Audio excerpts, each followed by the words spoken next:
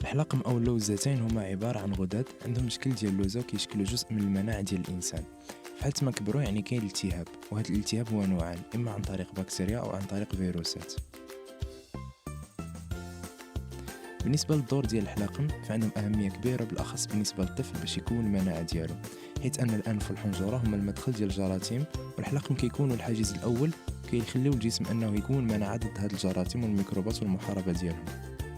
بالنسبة للأعراض ديال الالتهاب، صعوبة في الأكل والتنفس، سخانة وانتفاخ اللوزتين.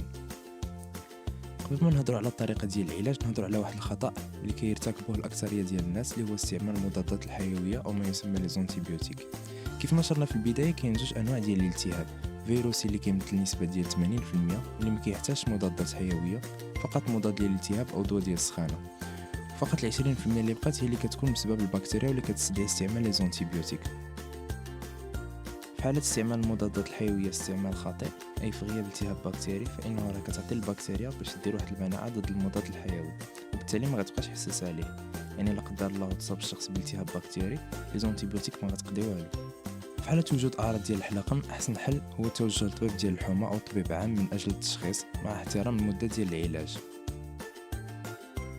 الجراحة أو استئصال وإزالة الحلاقم كتكون هي الحل في حالة لا كان الالتهاب كيتكرر أكثر من 5 المرات في العام، وملي كيبقاو ملتهبين رغم العلاج، وملي كيتقيحوا يقدروا يأثروا على المريض ويديروا إصابة القلب أو أعراض أخرى.